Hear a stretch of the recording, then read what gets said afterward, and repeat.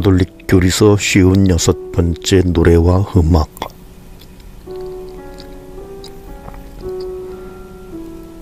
(1156강) 온 교회의 음악 전통은 다른 예술 표현들 가운데에서 매우 뛰어난 그 가치를 이루다 헤아릴 수 없는 보고이다. 그것은 특히 말씀이 결부된 거룩한 노래로서 성대한 전리의 필수 불가결한 부분을 이루고 있다. 흔히 악기로 반주되는 영감을 받은 시편의 가사와 노래는 구약의 전례 거행과 이미 밀접한 관계를 맺고 있다. 교회는 이러한 전통을 지속 발전시켜 왔다.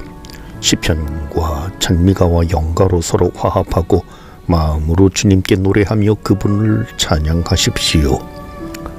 성가는 2배의 기도입니다. 1157강 노래와 음악은 다음과 같은 세 가지의 주요 기준에 따라 전리 행위와 더욱 밀접히 결합되면 될수록 더더욱 깊은 의미를 지닌 표징의 역할을 하게 된다. 그 기준들은 기도의 아름다운 표현, 예정된 시간에 이루어지는 회중 전원의 일치된 참여, 전례 거행의 장엄함 등이다. 이처럼 노래와 음악은 하느님의 영광과 신자들의 성화라고 하는 전례적 언어와 행위의 궁극 목적이 이바지한다. 성당에 울려 퍼지는 찬미가와 송가와 감미로운 노래들을 듣고 얼마나 눈물을 흘렸는지 모릅니다. 얼마나 큰 감동을 받았는지요. 그 노래들은 제 귀로 흘러들어 제 가슴에 진리를 퍼뜨렸습니다. 저는 신심의 약동으로 고양되었으며 뺨 위로 눈물이 흘러내렸습니다. 그 눈물은 유익한 눈물이었습니다. 1158강 이 표징, 성가, 음악, 언어, 행위들의 조화는 전리를 거행하는 하느님 백성 고유의 풍부한 문화로 표현되면 될수록 그만큼 더욱 의미 있고 풍요로운 것이 된다. 그러므로 교회의 규범에 따라 거룩한 신심 행사들에서 그리고 바로 전례 행위 안에서 신자들의 목소리가 울려 퍼질 수 있도록 대중 성가를 적극 장려하여야 한다. 그렇지만 성가에 붙여진 가사는 가톨릭 교리에 부합하여야 하며 주로 성경과 전례의 셈에서 길어 올려야 한다.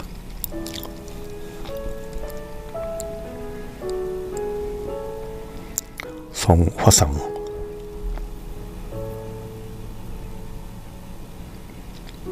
(1159강) 성화와 전례에 쓰이는 성화상은 주로 그리스도를 그리고 있다. 볼 수 없고 알 수 없는 하느님을 성화상으로 표현할 수 없었으나 하느님의 아들이 사람이 되심으로써 성화상의 새로운 경륜이 열렸다. 전에는 육신도 형체도 같지 않으신 하느님을 결코 그림으로 나타낼 수 없었습니다. 그러나 하느님께서 육신으로 나타나시어 사람들 가운데 사신 이후로 이제는 내가 본 하느님을 그릴 수 있습니다. 가려지지 않은 그 얼굴에서 우리는 주님의 영광을 볼 수 있습니다. 1160강 그리스도교의 성화상은 성경이 언어로 전하는 복음의 메시지를 형상으로 옮긴다.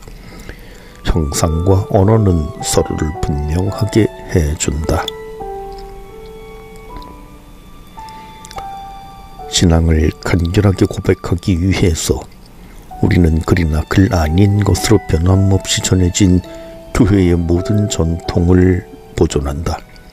그 전통 중에 하나가 복음 선포와 부합되는 그림으로 표현하는 전통이다. 말씀이신 하느님께서 외형적으로가 아니라 참으로 사람이 되셨다는 사실을 믿는 우리가 보기에 이러한 그림들은 유용하고 유익한 것이다. 서로를 밝혀주는 형상과 언어는 의심할 여지 없이 서로 그 의미를 반영하고 있기 때문이다. 1161강 전례 거행의 모든 표징은 그리스도에 관한 것이다. 천주의 성모와 성인들의 성화상도 마찬가지이다. 사실 성화상들은 그들 안에서 영광을 받으시는 그리스도를 가리키는 것이다.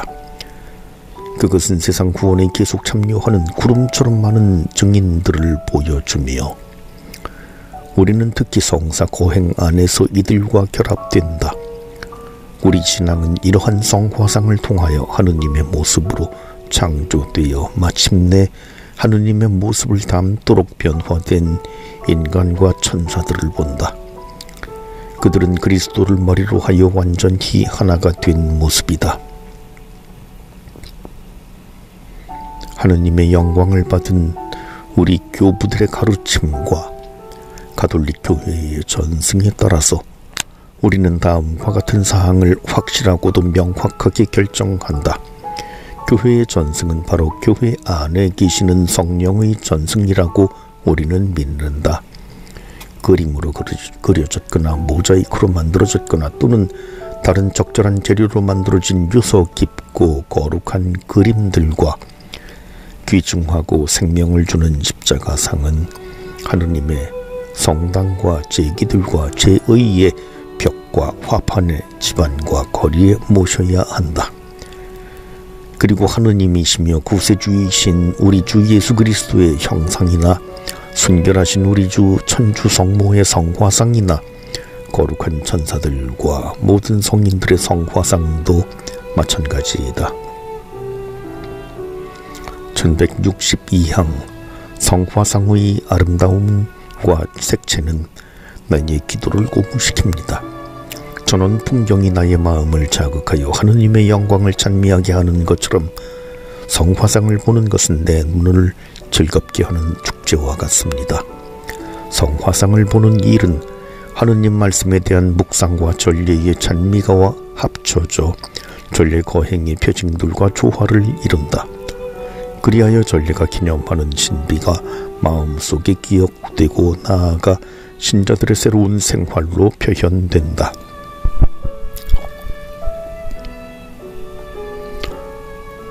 3. 언제 거행하는가?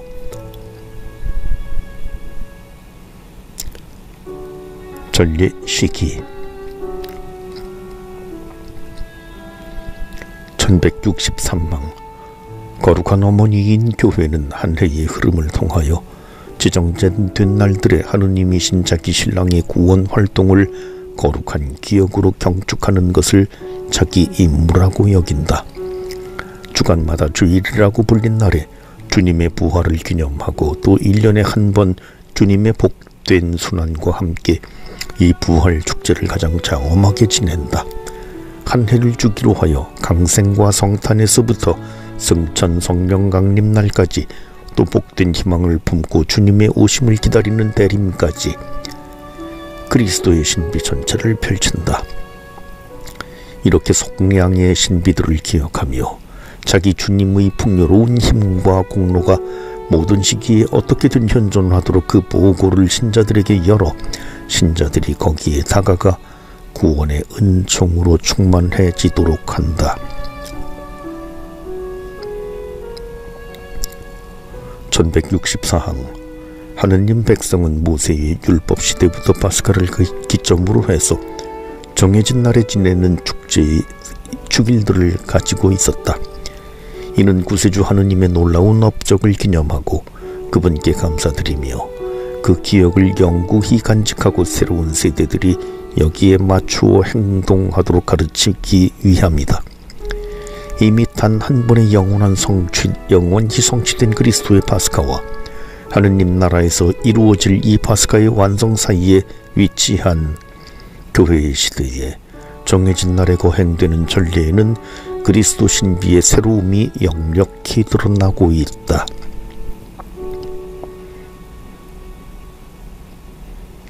1165항 교회가 그리스도의 신비를 기념하는 기도 중 두드러지는 단어 하나는 바로 오늘이라는 말이다. 이 말은 주님께서 가르쳐 주신 기도와 성령의 초대를 그대로 반향하고 있다. 살아계신 하느님께서는 인간이 이 오늘에 들어오도록 초대하시며 이는 바로 역사 전체를 관통하고 이끌어가시는 예수님의 파스카의 시간이다.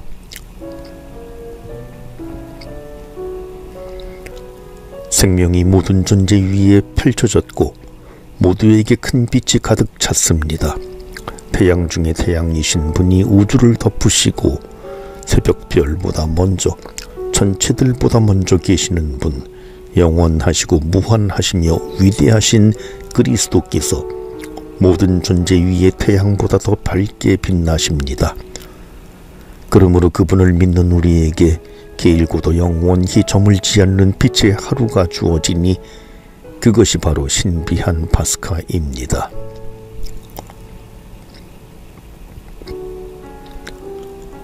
주님의 날 1166항 교회는 사도 전승에 따라 바로 그리스도께서 부활하신 날에 그 기원을 둔 파스카 신비를 8째 날마다 경축한다. 그날은 당연히 주님의 날 또는 주일이라고 불린다.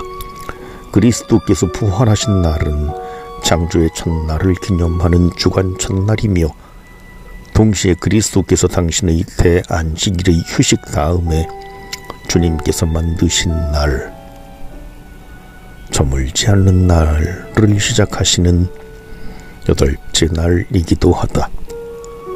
주님께서 당신 잔치에 초대하신 모든 신자들의 공동체가 부활하신 주님을 여기에서 만나게 되므로 주님의 만찬이 이날의 중심이다.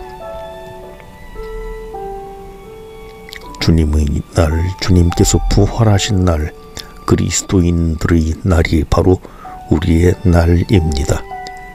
이 때문에 이 날을 주일이라고 부르는 것입니다.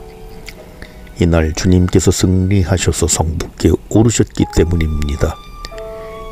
이방인들은 이 날을 태양의 날 일요일이라고 부르는데 우리도 기꺼이 이 날을 태양의 날이라고 고백합니다. 오늘 세상의 빛이 떠올랐고 오늘 우리를 치유하는 빛을 비추는 정의의 태양이 나타났기 때문입니다. 1167항 주일은 전례 모임을 위해 가장 좋은 날이다.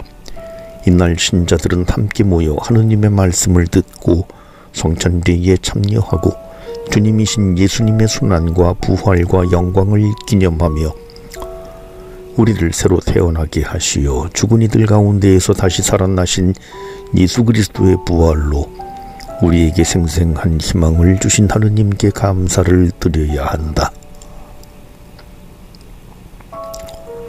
그리스도님, 당신의 거룩하고 영광스러운 부활 주일에 이루어진 놀라운 일들을 묵상할 때 우리는 이렇게 말합니다.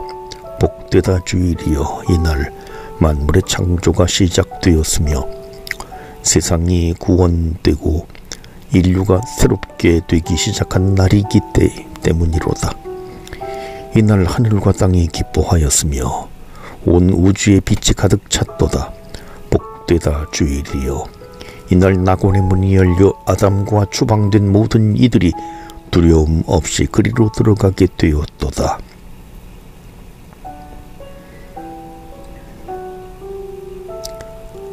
전례 주년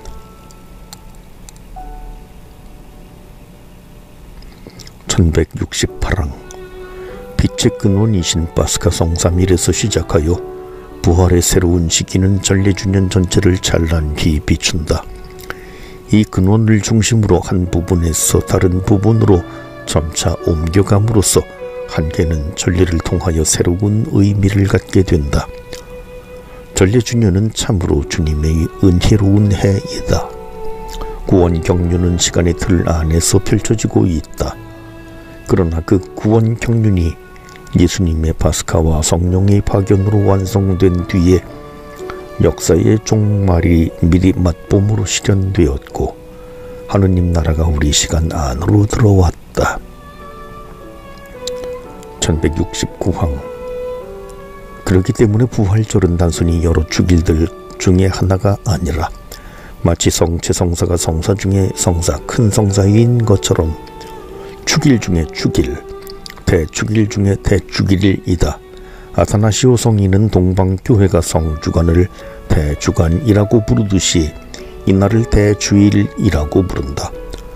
그리스도께서 죽음을 쳐 이기신 부활의 신비는 모든 것이 그분께 굴복할 때까지 그 힘찬 능력으로 우리의 낡은 시대를 새롭게 한다. 1170항 니케아 공의회에서 모든 교회들은 춘분 후 만월 니산달 14일 뒤에 오는 주일에 그리스도교의 부활절을 지내기로 합의했다. 니산월 14일을 계산하는 방법이 다르기 때문에 동방교회와 서방교회의 부활절 날짜는 항상 같지는 않다. 그래서 서방교회와 동방교회는 다시 주님의 부활절을 같은 날에 지내기 위해 합의점을 찾고 있는 중이다. 1171항 전례주년은 바스카라는 단 하나의 신비가 지닌 다양한 측면이 전개되는 것이다. 특히 우리 구원의 시작을 기념하고 우리에게 바스카 신비의 첫 열매를 전해주는 강생의 신비가 중심이 되는 축일들, 주님 탄생 예고, 예수 성탄, 주님 공견의 주기도 그러하다.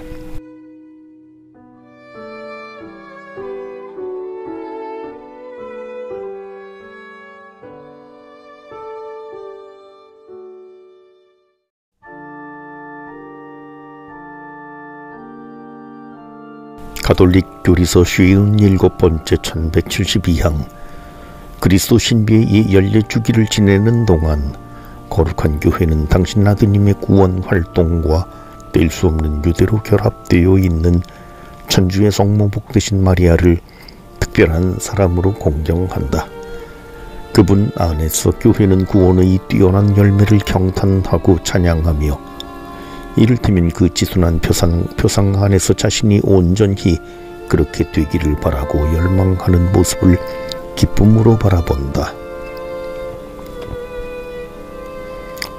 1173항 교회가 전례주년 안에서 순교자들과 다른 성인들을 기념할 때 교회는 그리스도와 함께 고통을 받고 함께 영광을 받은 성인들 안에서 바스카 신비를 선포하며 모든 사람을 그리스도를 통하여 하느님 아버지께 인도하는 그들의 모범을 신자들에게 보여주고 그들의 공로로 하느님의 은혜를 간청하여 받는다. 시간전례 성무일도 1174항 우리가 성찬제에서 특히 주일 집회에서 거행하는 그리스도의 신비인 강생과 바스카의 신비는 시간전례 곧 성무일도의 거행을 통하여 매일의 시간에 스며들어 그 시간을 변화시킨다. 끊임없이 기도하십시오라고 하는 사도의 권고에 따라 충실하게 거행하는 이 성무일도는 낮과 밤의 모든 흐름이 하느님 찬미를 통하여 성화되도록 이루어져 있다.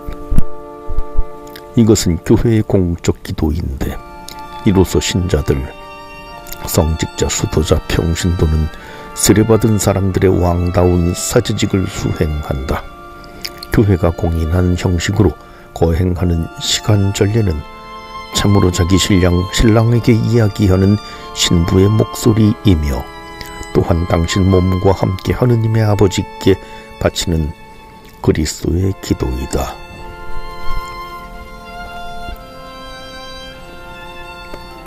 1175항 시간전례는 하느님 백성 전체의 기도가 되어야만 한다. 이 전례에서 그리스도께서는 친히 저 사제 임무를 바로 당신 교회를 통하여 수행하신다. 모든 신자는 교회 안에서 저마다 자신의 고유한 위치와 생활의 처지에 따라 여기에 참여한다.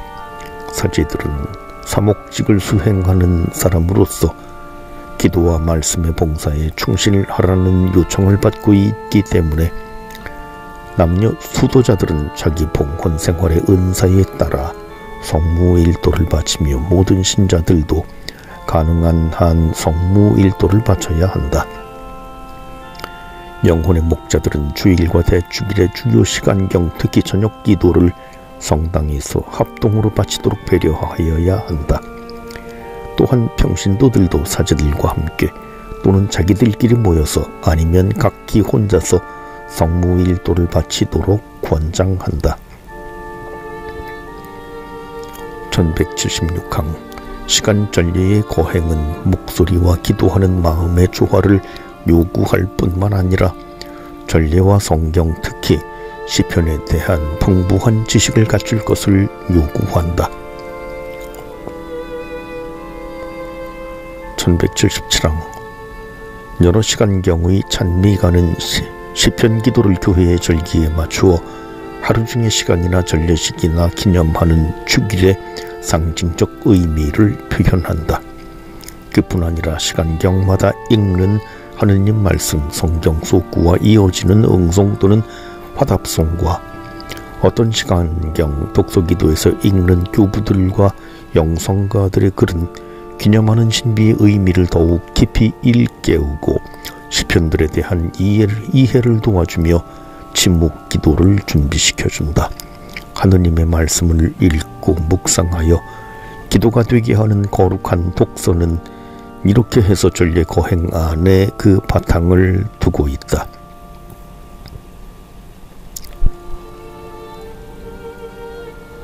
(1178항) 성찬제 거행의 연장인 시간 전례는 하느님 백성의 여러가지 신심 행위들, 특히 성체조배와 공경을 배제하지 않으며 그러한 보완적인 신심 행위를 장려한다.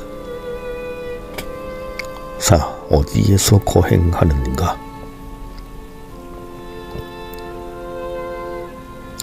1179항 영과 진리 안에서 드리는 신약의 예배는 어느 한 특정 장소에만 매이지 않는다.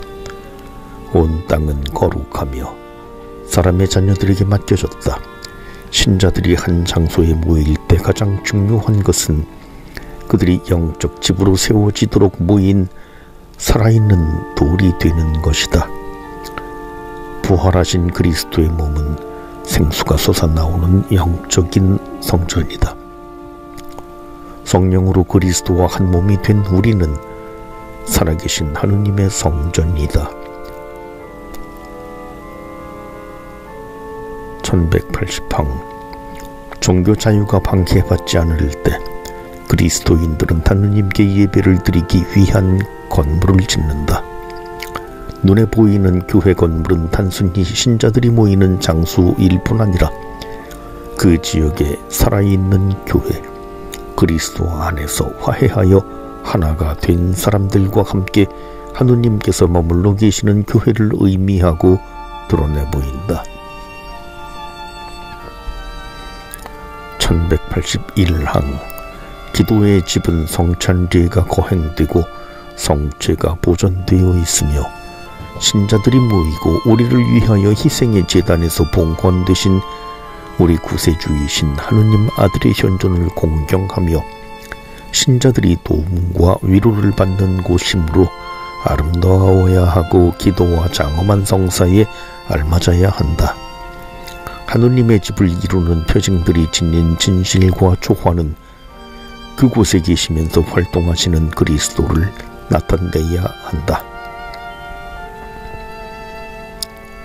1182항 신약의 제대는 주님의 십자가이며 그곳으로부터 파스카 신비의 성사들이 흘러나온다. 성당의 중심인 제대 위에서 십자가의 제사가 성사의 표징을 통하여 재현된다. 제대는 하느님의 백성이 초대되는 주님의 식탁이기도 하다. 동방의 일부 전례 전통에서는 제대가 무덤을 상징하기도 한다. 그리스도 참으로 돌아가셨고 참으로 부활을 하셨도다.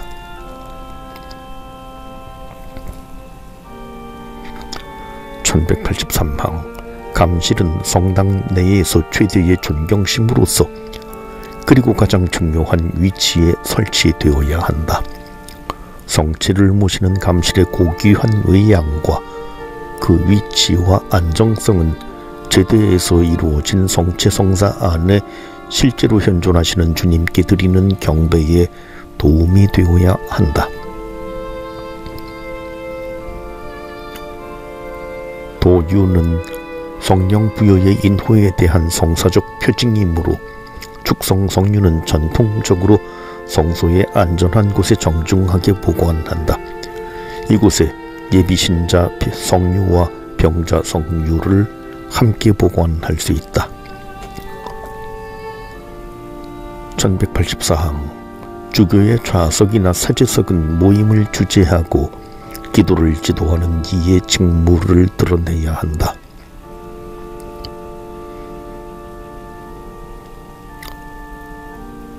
독서대 하느님 말씀의 존엄성은 성당 안에서 말씀의 선포에 도움이 되고 말씀 전례가 진행되는 동안 신자들의 주의를 자연스럽게 끌 수 있는 장소를 요구한다.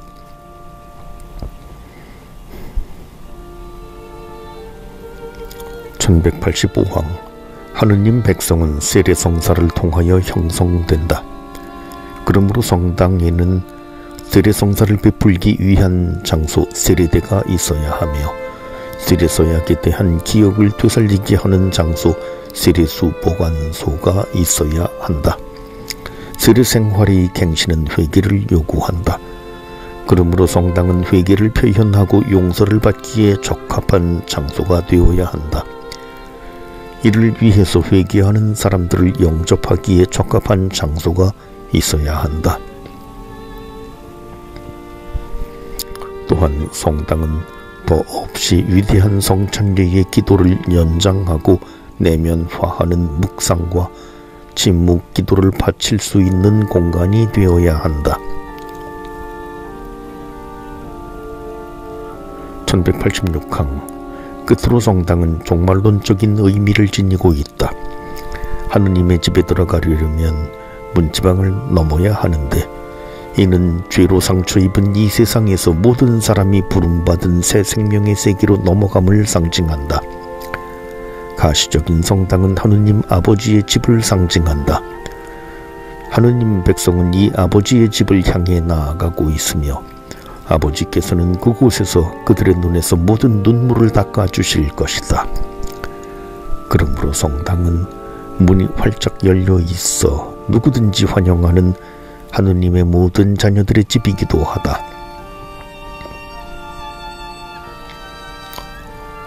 간추림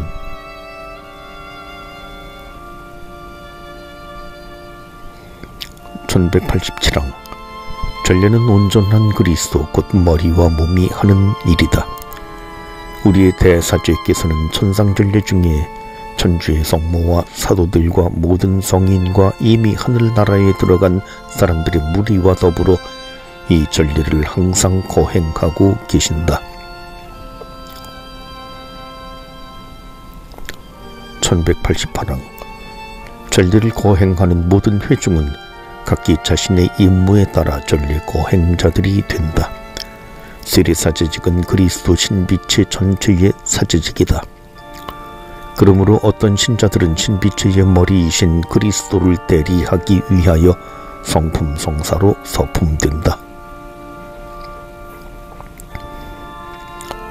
1189항 전례의 거행에는 창조, 빛, 물, 불과 인간생활, 씻음, 기름 바른 빵을 나눔과 구원윤회의 역사, 파스카 예식 등에 관계되는 표징과 상징들이 포함된다. 신앙의 세계로 들어와 성령의 힘을 받은 이러한 우주의 요소들과 인간적인 예식들과 하느님을 기념하는 행위들은 그리스도의 구원과 성화 행위를 우리에게 전해준다. 1190항 말씀 전례는 전례 거행의 필수 부분이다. 전례 거행의 의미는 선포되는 하느님의 말씀과 그 말씀에 대한 신앙의 응답으로 표현된다. 1191항 노래와 음악은 전례 행위와 밀접한 관계를 가지고 있다. 그것들을 선용하는 기준은 기도의 아름다운 표현, 회중의 참여와 전례 거행의 신성한 특성에 있다. 1192항 성당과 집에 있는 성화상은 그리스도의 신비에 대한 우리의 신앙을 일깨우고 기르기 위한 것이다. 그리스도와 그분의 구원 사업에 관한 성화상을 통하여 우리는 바로 그리스도 그분을 흠숭하는 것이다. 우리는 천주의 성모와 천사와 성인들의 성화상을 통하여 성화상이 나타내는 바로 그분들을 공경한다. 1193항 주님의 날인 주일은 그리스도께서 부활하신 날이기 때문에 성찬리를 거행하기에 가장 적절한 날이다. 주일은 특히 전례 모임의 날이고 그리스도인 가족의 특별한 날이며 즐거움과 휴식의 날이다.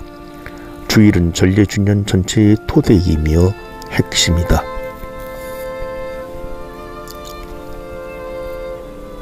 1194항 교회는 한 해를 주기로 하여 강생과 성탄에서부터 승천 성령 강림 날까지 또 복된 희망을 품고 주님의 오심을 기다리는 대림까지 그리스도의 신비 전체를 펼친다.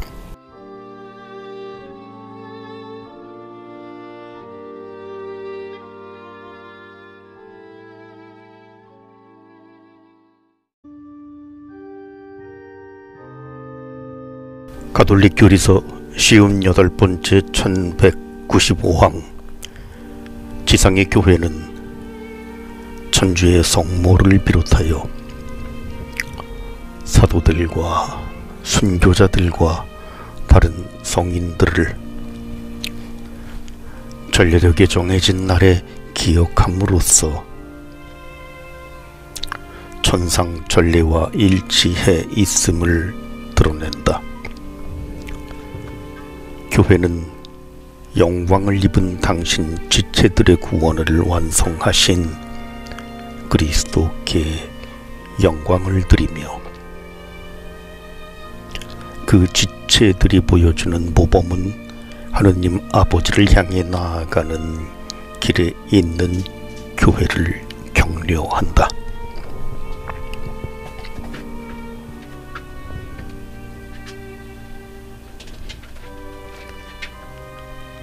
1196항 시간 전례를 거행하는 신자들은 시편 기도와 하느님 말씀에 대한 묵상과 찬가와 찬미를 통하여 우리의 대사제이신 그리스도와 일치한다. 그리하여 성부께 영광을 드리며 온 세상에 성령의 선물을 주시도록 간청하시는 그분의 끊임없는 보편적 기도에 합심한다.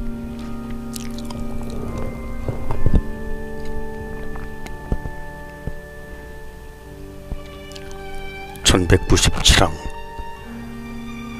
그리스도께서는 하느님의 영광이 머물러 있는 곳인 하느님의 참된 성전이시다. 그리스도인들도 하느님의 은혜로 성령의 성전이 되며 교회를 이루는 살아있는 돌이 된다.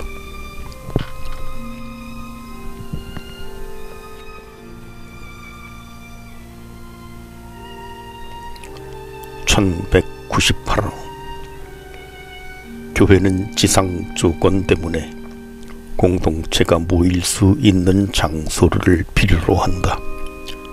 우리 눈에 보이는 성당들은 거룩한 장소이며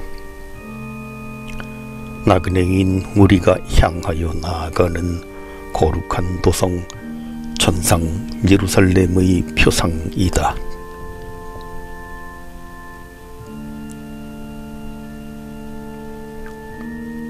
1199항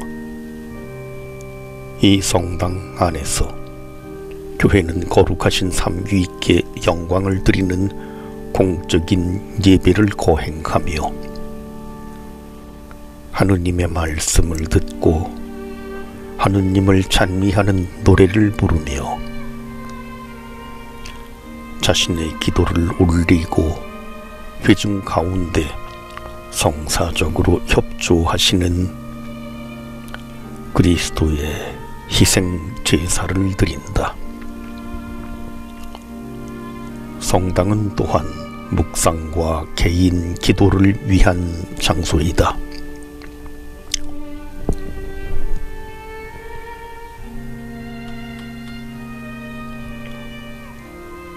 제2절 전례의 다양성과 신비의 단일성.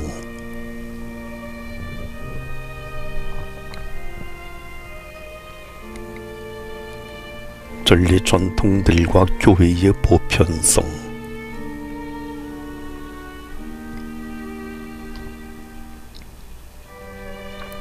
(1200항) 최초의 예루살렘 공동체에서부터 그리스도의 재림에 이르기까지 사도들의 신앙에 충실한 하느님의 교회들이 어디에서나 기념하는 것은 동일한 파스카의 신비이다. 전례에서 기념하는 신비는 하나이지만 전례를 거행하는 형태는 여러 가지이다.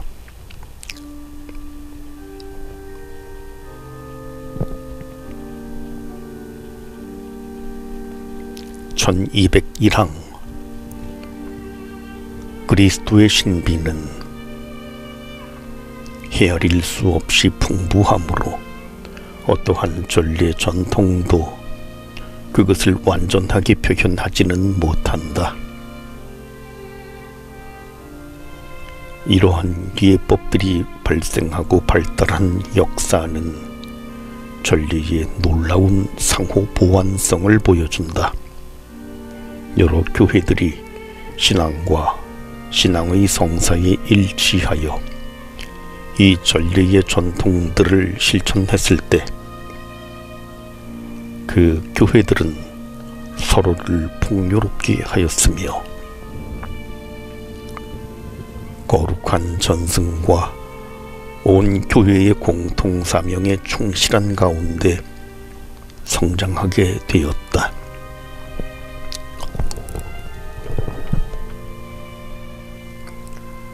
(1202항) 전례의 다양한 전통들은 바로 교회의 사명 자체에서 생겨났다.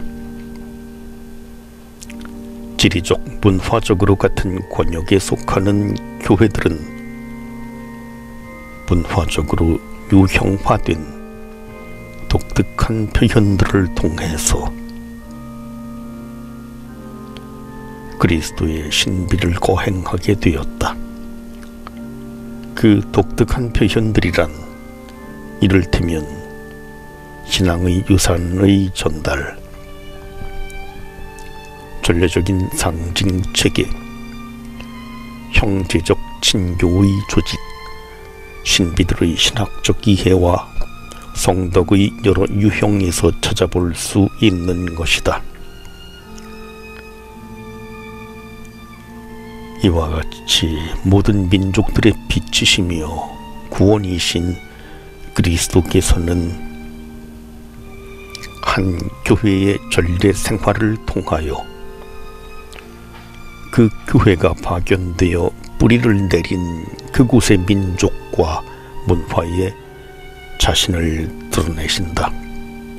교회는 보편되다. 교회는 모든 문화들의 풍요로운 다양성을 정화하여 자신의 단일성 안에 수용할 수 있다.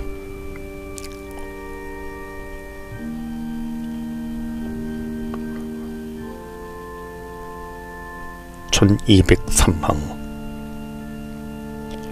현재 교회에서 통용되고 있는 전례 전통 또는 예법은 라틴 예법, 주로 로마 예법이지만 암브로시오 예법이나 일부 수도회의 예법과 같은 지역 교회의 예법도 있다.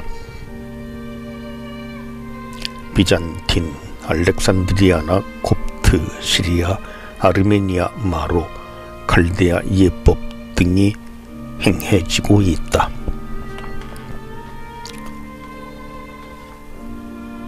전통을 충실히 따르는 거룩한 공의회는 어머니인 거룩한 교회가 합법적으로 인정된 모든 예법을 동등한 권리와 영예로 존중한다고 선언하며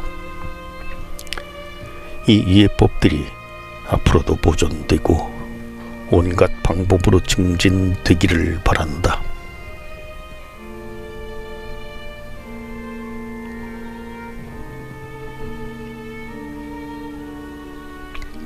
전례와 문화.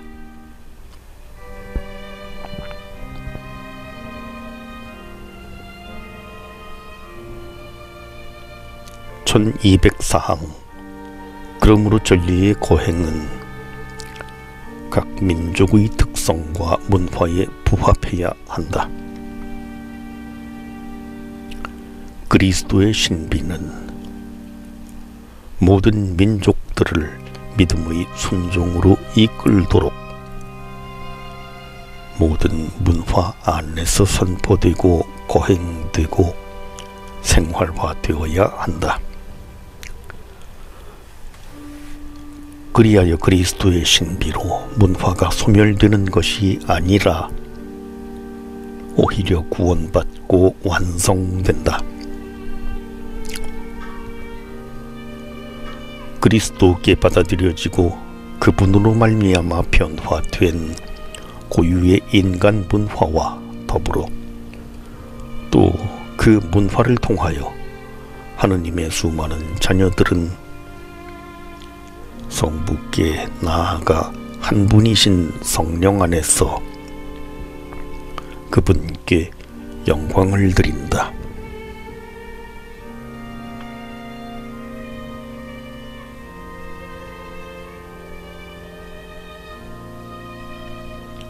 (1205항) 전례, 특히 성사의 전례에는 변경될 수 없는 부분이 있는데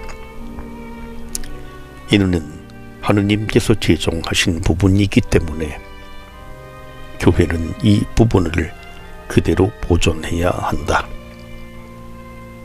또 변경할 수 있는 부분에 대해서는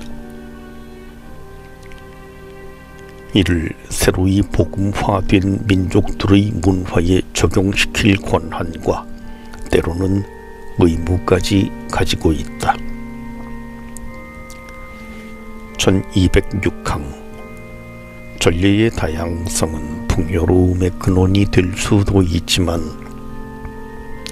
긴장과 상호 몰이해와 심지어 분열까지 일으킬 수도 있다. 이러한 문제에서 다양성이 일치에 해를 끼쳐서는 안 된다는 것은 분명하다. 공통된 신앙, 교회가 그리스도께 받은 성사적인 표징들, 그리고 교계제도의 일치에 대한 충실성을 지키는 범위 안에서만 다양성이 있을 수 있다. 다양한 문화들에 대한 적응은 마음의 회개를 요구하며 경우에 따라서는 가톨릭 신앙과 양립될 수 없는 조상 전례의 관습과 단절할 것을 요구한다.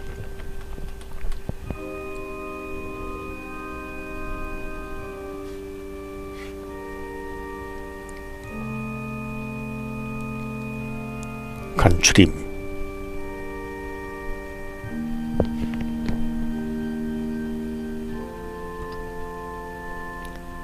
1207항. 전례의 거행은 교회가 존재하는 그곳의 민족 문화 안에서 표현되는 것이 당연하지만 그 문화에 종속되어는 안 된다. 한편 전례 자체가 문화를 발생시키고 형성하기도 한다.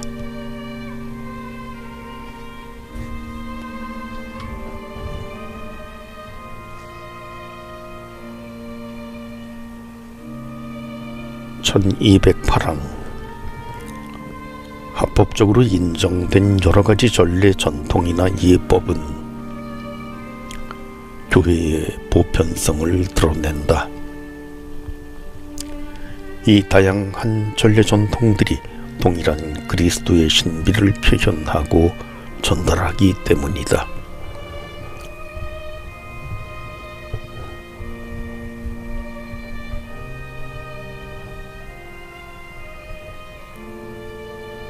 (1209항)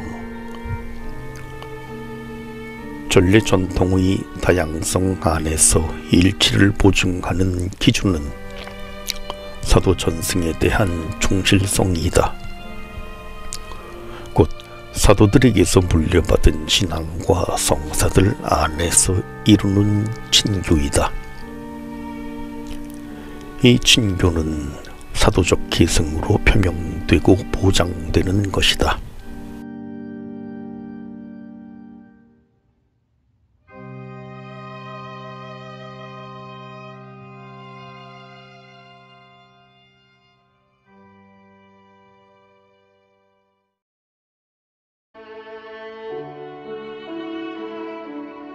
가톨릭 교리서 59번째 1210항 신약시대의 성사들은 그리스도께서 세우셨으며 그것은 세례성사, 견진성사, 성체성사, 고해성사, 병자성사, 성품성사, 혼인성사의 7가지이다.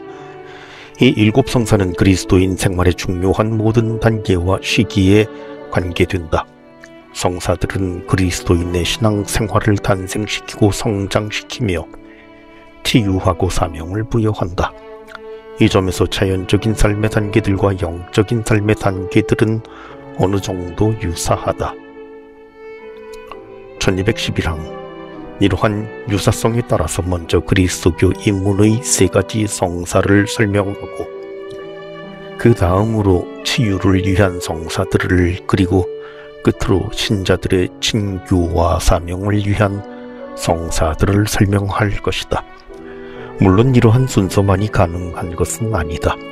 그러나 이 순서를 따름으로써 성사들이 하나의 유기체를 이루며 이 유기체 안에서 각 성사가 지극히 중요한 자신의 위치를 지니고 있음을 알 수 있게 된다.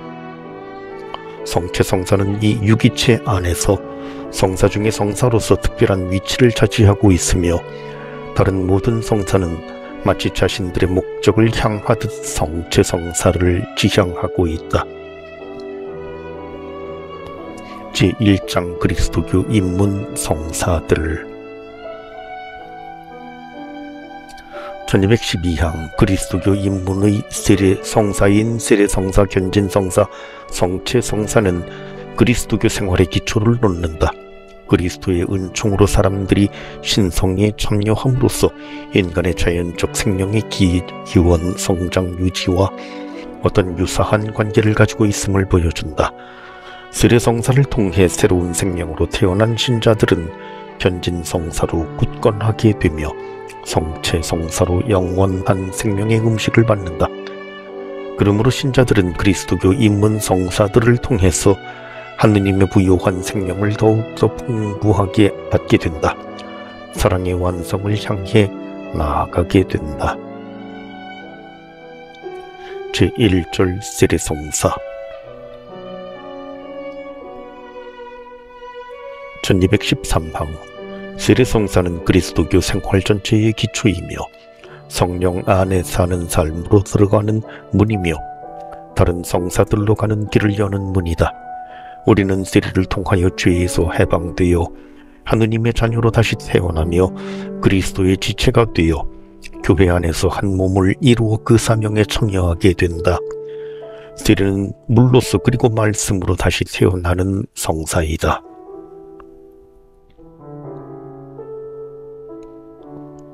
1. 이 성사는 어떻게 불리는가?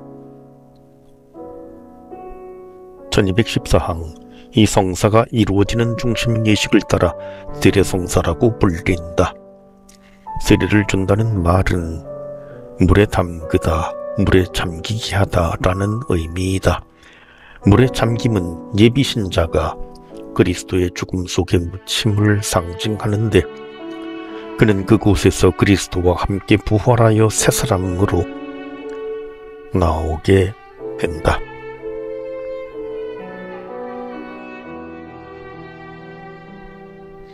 (1215항) 이 성사는 또한 성령에 의한 재생과 경신의 목욕이라고도 불린다. 이 성사는 물과 성령으로 태어남을 의미하고 이를 실제로 이루어주기 때문이다.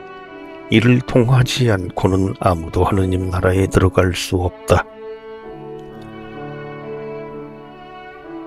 (1216항) 이 목욕은 조명이라고 불리는데 교리교육을 받은 사람들이 마음의 빛을 받기 때문이다. 세례로서 모든 사람을 비추는 참빛이신 말씀을 받은 영세자는 빛을 받고 나서 빛의 자녀가 되고 그 자신이 빛이 된다.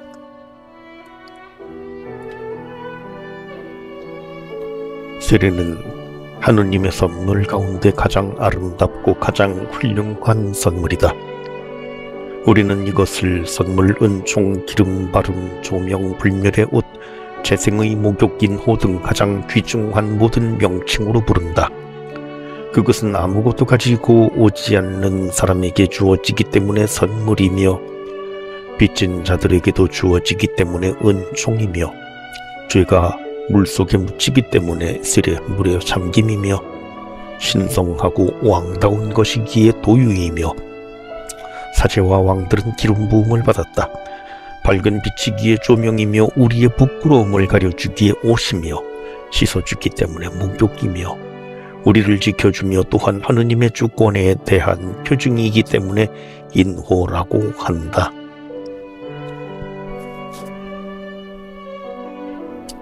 이 구원 경륜에서의 세례, 구약의 세례 예표,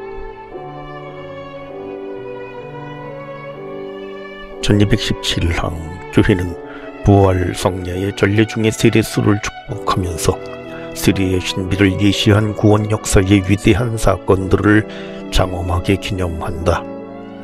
하느님 성사의 표지를 통하여 보이지 않는 힘으로 구원의 신비를 이루시니 주님께서는 여러 가지 모양으로 물이 세례성사의 표징이 되게 하셨나이다. 1218항 이 보잘것없으면서도 놀라운 피조물인 물은 태초부터 생명과 풍요의 원천이다. 성경은 하느님의 영이 물 위를 감돌고 있었다고 한다. 태초에 성령께서 물 위에 머무시어 거룩하게 하는 힘을 주셨나이다.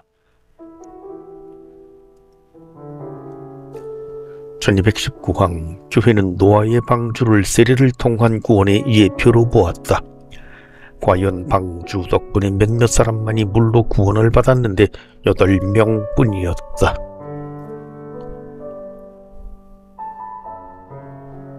홍수를 통하여 죄를 씻고 새로운 삶을 시작하는 세례를 미리 보여주셨나이다.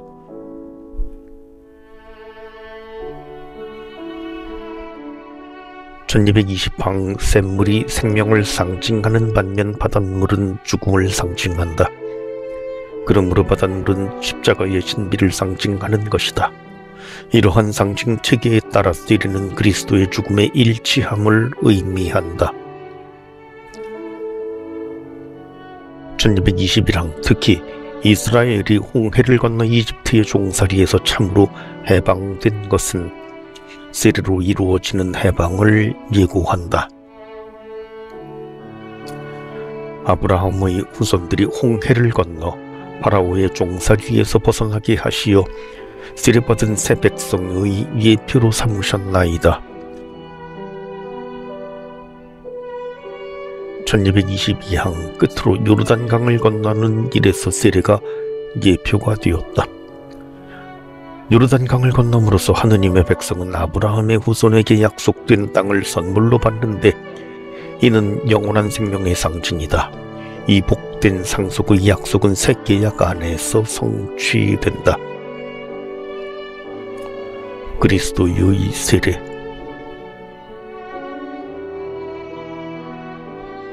1223항 구약의 모든 예표는 그리스도 예수 안에서 성취된다. 예수님께서는 세례자 요한에게 요르단강에서 세례를 받은 후 공생활을 시작하신다. 부활하신 후에는 사도들에게 다음과 같은 사명을 주신다. 너희는 가서 모든 민족들을 제자로 삼아 아버지와 아들과 성령의 이름으로 세례를 주고 내가 너희에게 명령한 모든 것을 가르쳐 지키게 하여라.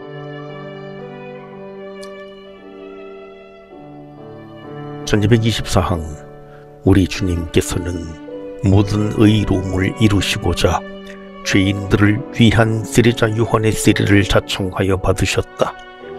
예수님의 이 행위는 당신을 비우심을 나타내는 것이다. 그때 첫 창조의 물에서 감돌던 성령께서 새 창조의 전조로 그리스도 위에 내려오시고 성부께서는 예수님을 당신의 사랑하는 아들이라고 밝히신다. 1225항 그리스도께서는 당신의 파스카를 통하여 모든 사람을 위해 세례의 샘을 열어주셨다. 사실 그리스도께서는 예루살렘에서 당신께서 겪으실 순환을 받아야 할 세례라고 이미 말씀하신 일이 있었다.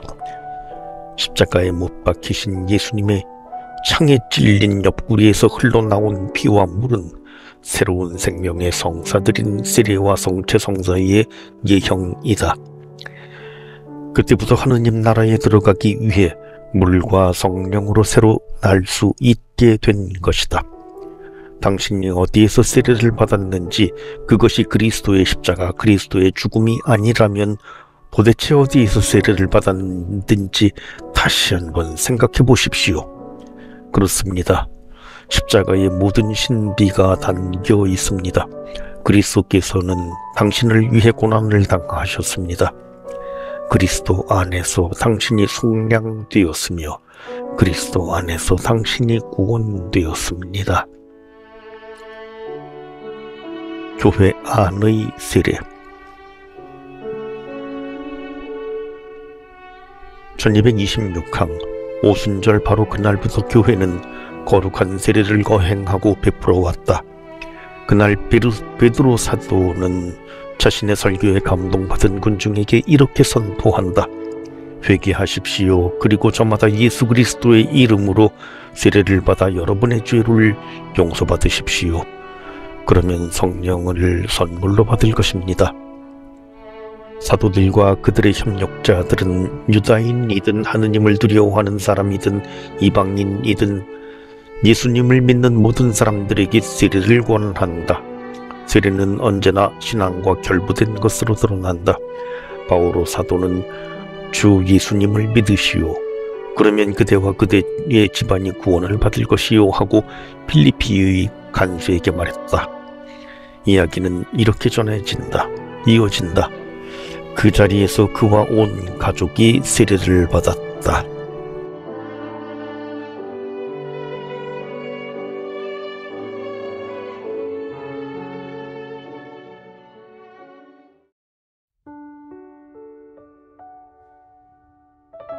가톨릭 교리서 60번째 1227항 바오로 사도에 따르면 믿는 이는 세례를 통해 그리스도의 죽음에 일치하여 그분과 함께 묻혔다가 함께 부활한다.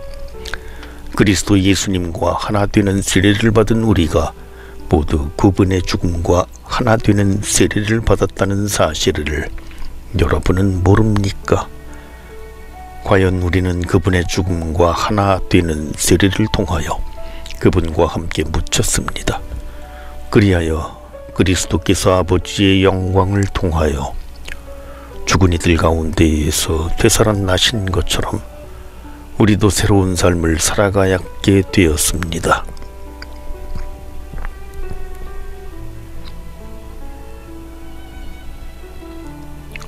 세례를 받은 사람들은 그리스도를 입었다.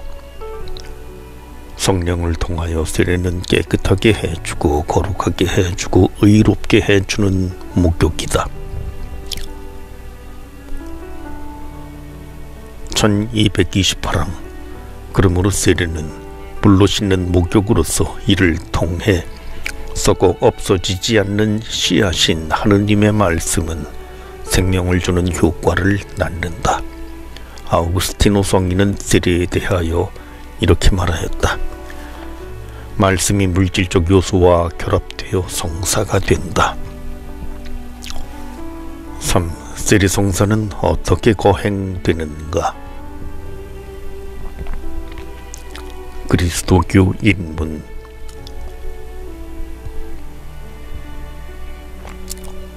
(1229항) 사도시대 이래로 그리스도인이 되려면 여러 단계의 입교 과정을 거쳐야만 했다. 이 과정은 빠르거나 느릴 수는 있지만 몇 가지 필수적인 요소들, 예컨대 말씀의 선포, 회개를 수반하는 복음의 수용, 신앙의 고백, 세례, 성령을 받음, 영성체 등을 포함해야 했다. 1230항 이러한 입교 과정은 시대의 흐름과 상황에 따라 많은 변화를 겪어왔다. 초기 교회의 입교는 오랜 예비신자 기간과 더불어 긴 과정을 거쳤다. 이 예비신자 기간은 준비 단계를 전례적으로 구분하는 일련의 예비 예식들을 거쳐 마침내 그리스도교 입문 성사들을 거행함으로써 그 절정에 이르렀다. 1231항 어린이 세례가 대체로 세례 성사 거행의 일반적 형태가 된 곳에서는 이 어린이 세례가 그리스도교 입문의 예비 단계들을 하나로 축약해 놓은 단일한 예식이 되었다. 어린이 세례는 본래 세례 후 교리 교육 기간이 필요하다. 이는 세례 후 교육의 필요성만이 아니라 사람이 성장함에 따라 반드시 세례의 은총이 피어나야 하는 필요성 때문에 교리 교육을 하는 것이다. 이것이 바로 교리 교육의 고유한 자리이다.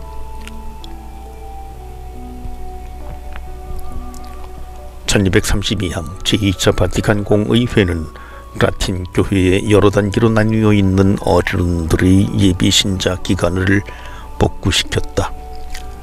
이 단계적 예식들은 어른 입교 예식서에 들어있다.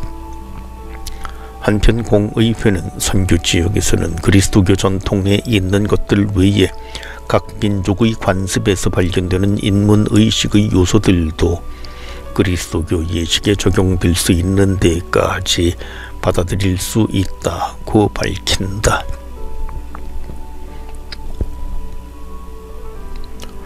1233항 그러므로 오늘날 라틴과 동방의 모든 예법에서 어른의 그리스도교 입문은 그들이 예비신자 기간의 교리 교육 과정에 들어오는 것으로 시작되어 세례와 견진, 성체의 세 가지 성사를 한 번에 베푸는 것으로 그 절정에 이르게 된다. 동방 예법들에서 어린이의 그리스도교 입문은 세례로 시작되며 견진과 영성체가 즉시 뒤따른다. 그러나 로마 예법에서는 어린이 세례 후 여러 해에 걸친 교리 교육이 이어지고 그 후에 그리스도교 입문의 절정인 견진 성사와 성체 성사로 마무리된다.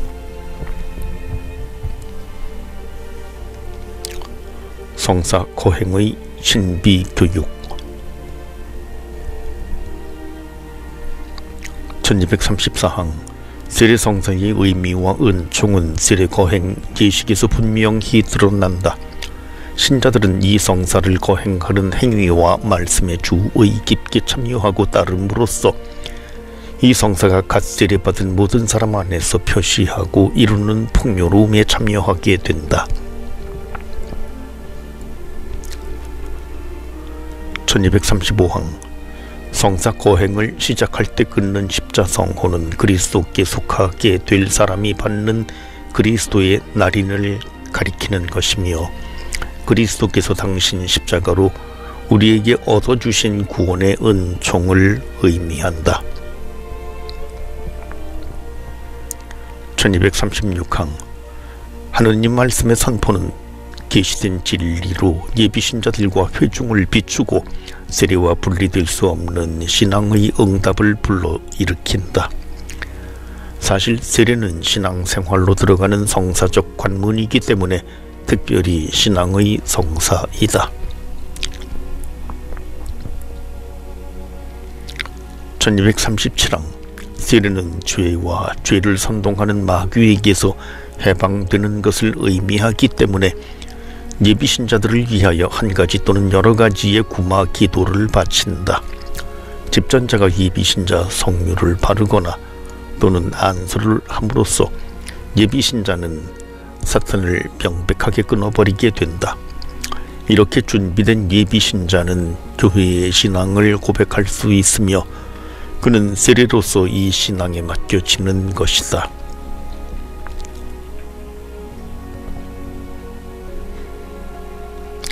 (1238항) 세례수는 세례 때 또는 부활 성야의 성령 청원 기도로 축성된다. 교회는 성자를 통해서 성령의 능력이 그 물에 내려와 세례받는 사람들이 물과 성령으로 태어나게 해 주시기를 하느님께 청한다.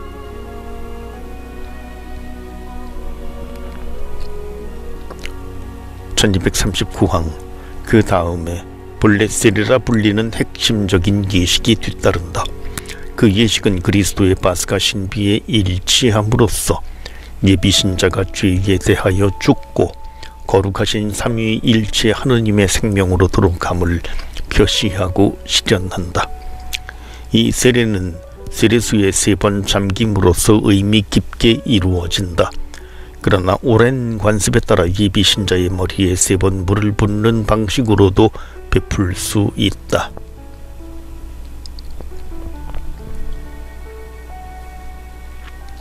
(1240항) 라틴 교회에서 집전자는 이처럼 3번 물을 부으면서 나는 성부와 성자와 성령의 이름으로 아무에게 세례를 줍니다 하고 말한다.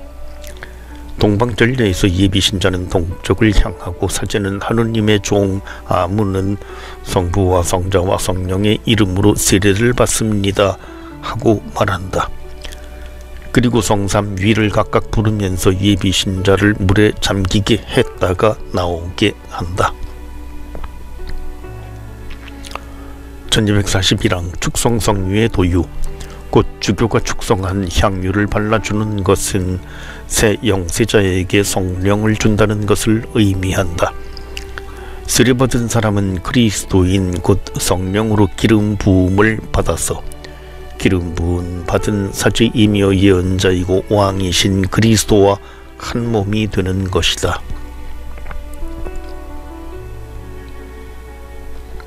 1242항 동방교회의 전례에서는 세례 후의 기름 바름이 도유의 성사, 견진성사이다. 로마 전례에서 이 도유는 주교의 2번째 도유, 곧 견진성사를 예고한다. 말하자면 이 성사는 세례의 도유를 견고하게 하고 완성하는 것이다. 1243항 흰 옷은 세례받는 사람이 그리스도를 입었다는 것과 그리스도와 함께 부활하였음을 상징한다. 부활초에서 불을 붙인 촛불은 그리스도께서 새 교우를 비추셨음을 의미한다. 세례 때 받은 사람들은 그리스도 안에서 세상의 빛이 된다. 새로 세례받은 사람은 이제 하느님의 외아들 안에서 하느님의 자녀가 되었으며 하느님 자녀들의 기도인 주님의 기도를 드릴 수 있게 되었다. 1244항 첫 영성체 하느님의 자녀가 되어 혼인 예복을 입은 새 교우는 어린 양의 혼인 잔치에 초대받았으며 새 생명의 양식인 그리스도의 성체와 성혈을 받아 모신다. 동방교회는 어린이들이 나에게 오는 것을 막지 말고 그냥 놓아두어라 하신 주님의 말씀을 기억하여 어린이들까지 포함해서 새롭게 세례와 견진을 받은 모든 이에게 성체를 나누어 줌으로써 그리스도교 입문 과정이 단일한 것임을 생생하게 의식해 왔다. 한편 세례받은 어린이가 분별력을 가질 때까지 영성체를 미루는 라틴 교회에서는 그 어린이를 제대 가까이 데려가 주님의 기도를 바침으로써 세례가 성체로 가는 문을 열어주었음을 나타낸다. 1245항 세례 거행은 장엄 축복으로 끝을 맺는다. 갓난아이들의 세례에서 어머니를 위한 축복은 특별한 자리를 차지한다. 자, 누가 세례를 받는가?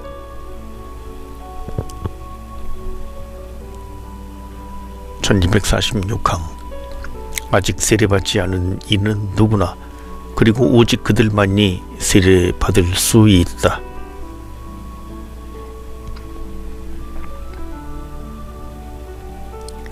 어른 세례.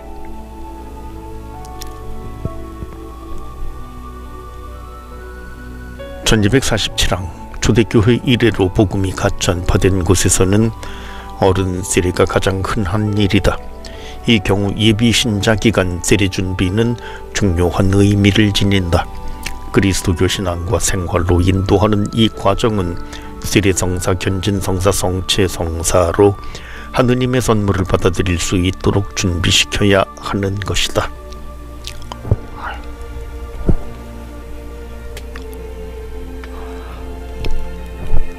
1248항 예비신자 기간 또는 예비신자 교육의 목적은 예비신자들이 하느님의 주도에 응답하고 교회 공동체와 하나 되어 그 회개와 신앙이 성숙하도록 이끄는 것이다. 이것은 모든 그리스도인 생활을 가르치는 기간이며, 이때 제자들은 자기 스승이신 그리스도와 결합된다. 그러므로 예비신자들은 구원의 신비에 적절히 참여하고 복음 생활을 실천하며 계속 이어지는 시기에 따라 거룩한 전례를 거행하며 하느님 백성의 신앙과 전례와 사랑의 생활로 들어서야 한다.